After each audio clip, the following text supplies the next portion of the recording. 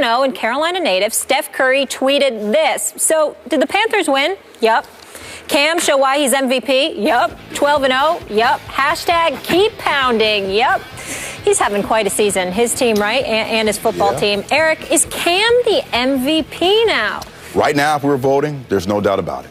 No doubt about it. No doubt about it. If we were voting right now today, what did we learn? We learned that when an undefeated team is not at their level best, you don't have the great running game you can rely on, that outstanding defense to shut you down, and you need to continue to battle one of the all-time greats in Drew Brees, you're going to need a quarterback to throw some touchdowns. You're going to need a quarterback to win from inside the pocket.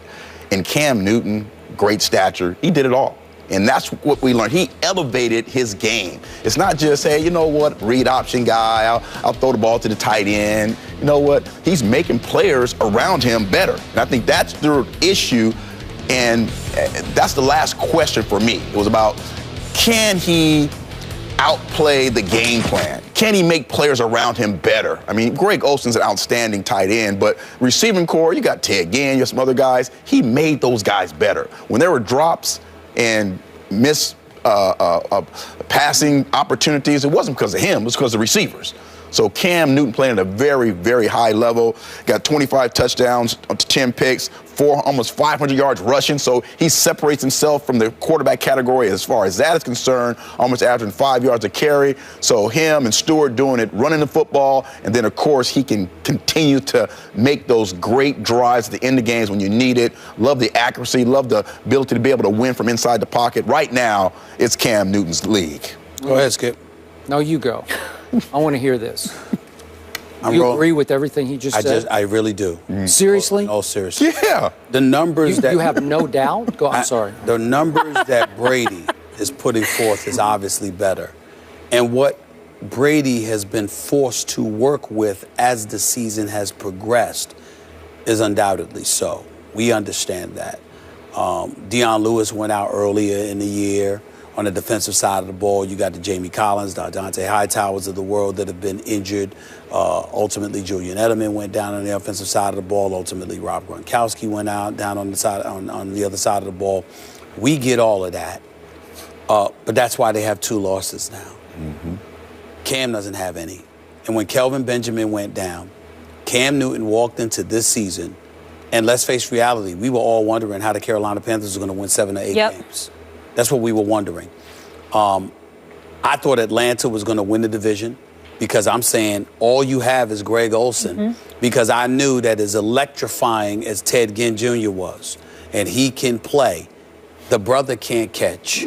You can't rely on him. He struggles a little bit. Listen, he struggles a lot. Now, he will score a touchdown or 2 for you, but you can almost book that he's going to drop. If it were not for Carolina's defense, okay, there's a few games they would have lost because Ted Ginn dropped passes from Cam Newton. I mean, Cam Newton, I'm not talking about, Skip, people drop passes. Like, I remember you called out, whether it's an Amendola or somebody, that, they're lunging for a ball and they should have caught it because it touched their hands, but they flying through the air.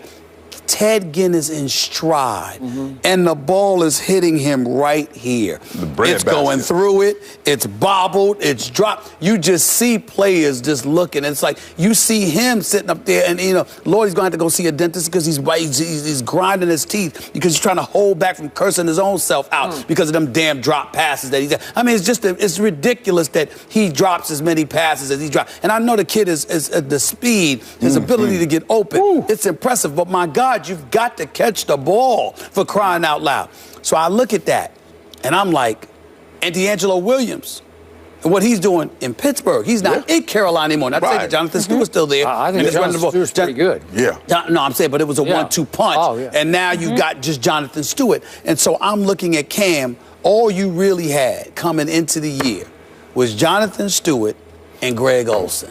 And somehow, some way, he's finding ways to win. Pressurized moments, Skips, when it counts in the fourth quarter is when he appears to be at his best, and they are undefeated. I look at it from that perspective, the load that he has to carry, which I think is equitable to what Tom Brady has to carry offensively, and they're unblemished.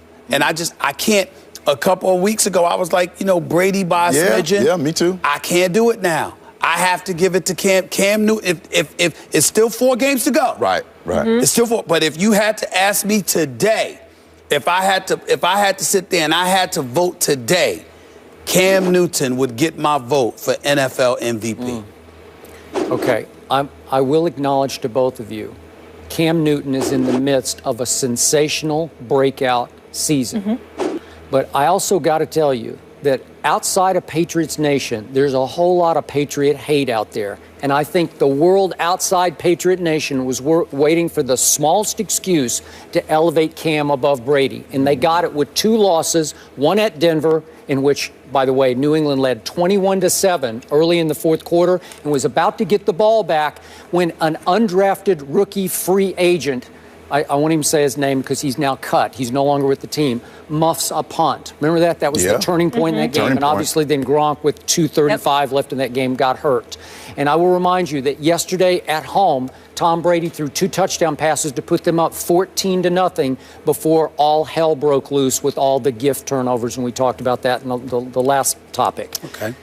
To me, Tom Brady is still miles ahead of Cam Newton because it is extraordinary what he has done from start to finish this year. It is not extraordinary what Cam has done from start to finish. If you want me to pick apart his games, his earlier games where they were barely beating those NFC South foes, his schedule has not been that tough, I got to tell you, compared to the Patriots schedule. Now, let's look back at what's going on here with Tom Brady. He continues to operate behind the least experienced, most decimated offensive line in football. It's not even close. I don't know how he does it. They lost another starter, Josh Klein, yesterday. I don't know what's going to happen to him.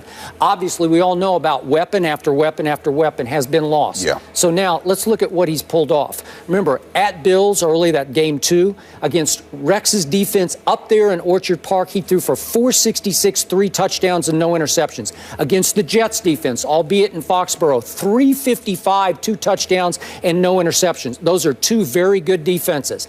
And then against your Giants, I know the defense isn't very good, but the game was hot and heavy all the way to the last drop. He threw for 334, and remember the 4th and long he converted to keep the classic final drive alive? And then at Denver, let's talk about at Denver. Remember the last gasp drive that he pulled off with less than a minute left when they let the clock run from 40 seconds down to 10 seconds? Throwing to Brandon LaFell and Scott Chandler, he pulls off a tying field goal drive that was as classic a Brady clutch drive as I have ever seen. I don't know how he did it. And then yesterday, he still threw for 312 against the Eagles. And in the end, as we all agreed in our opening topic, he threw 4 passes in the last series that I thought should have been caught, and maybe the first one for a touchdown to Brandon LaFell. So I look at what he has 31 touchdowns, which leads the National Football League, only 6 interceptions. On percentage of interceptions to touchdowns, that ranks second only to Alex Smith, who has only 14 touchdown passes to 3 interceptions. So Alex doesn't do that, but 31-6, and he's thrown for the most yards in the National Football League. What more do you want from a guy? That's MVP all over. Here's my problem with your argument. The things that you're saying he did, one could argue Cam has done. Lately, he's been great in the 4th quarter. Is that what you mean? Exactly. Yeah. So what I'm saying to you is that you have your heroic moments by Tom Brady. We have ours about Cam Newton. You have Bill Belichick and a system that has been in place where continuity matters and the weapons, because Rob Gronkowski just got hurt. Julian Edelman's been out a few weeks now. Amendola, the same thing. But by and large, for this 10-2 start, for the vast majority of that, they have been in attendance, in uniform, playing. You also have to take into account the fact that even though Carolina has won their division for the 3rd consecutive year, last year they went to the playoffs at 7-8-1. And there were questions about the legitimacy of Ron Rivera, particularly on the offensive side of the ball, because we all know that the man knows defense, he knows the locker room, apparently he has motivational skills and whatever, but he has never been mistaken for Bill Belichick is.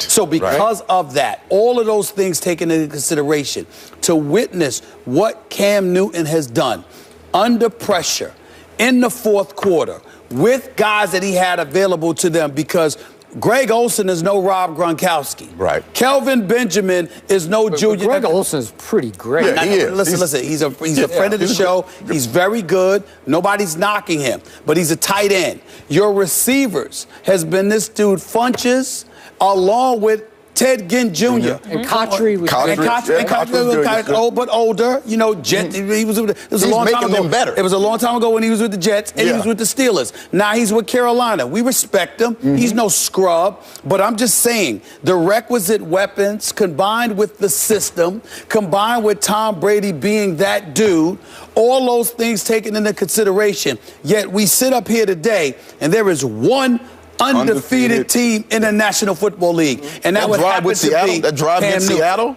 when he hits the post. But everybody's been doing that to Seattle. They've blown what 5 fourth-quarter leads this year. But that's a fourth-quarter comeback. And we're not saying Tom Brady's not the man. He's the man, but just not right now. That comeback yesterday was a joy to watch, but it came, and you guys are leaping to conclusions here, off a game against the worst by far defense in the National Football League, the New Orleans Saints.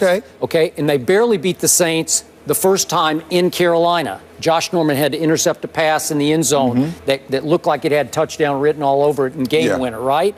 So, and I remind you, within the comeback yesterday, Cam, and I don't think we have this play geared up, so forgive me for this, control room and Brian, but his little flip on fourth down to Greg Olsen, I thought that it hit the carpet. I wouldn't have given that to him because the nose of the ball hit the carpet even though he got his hands on it. So I don't think that the comeback should have been a comeback. I think it should have ended right there. You can control the ball. I can still hit the carpet, no, but it as looked long like as you he control used it. the carpet to catch the ball. That's what it looked like to me. Cam sort of short-armed it and flipped it, you know, the little toss. Yeah, the little pass, little basketball pass. One from one MVP to, you know, like another, maybe like another. Steph. Yeah, that's just me. Cam versus Brady, it's heating up. Eric, thanks so much for being with us. It was fun as always. Monday we'll do this again, and it'll be a different scenario, I'm sure. You need to move out of the city of San Diego.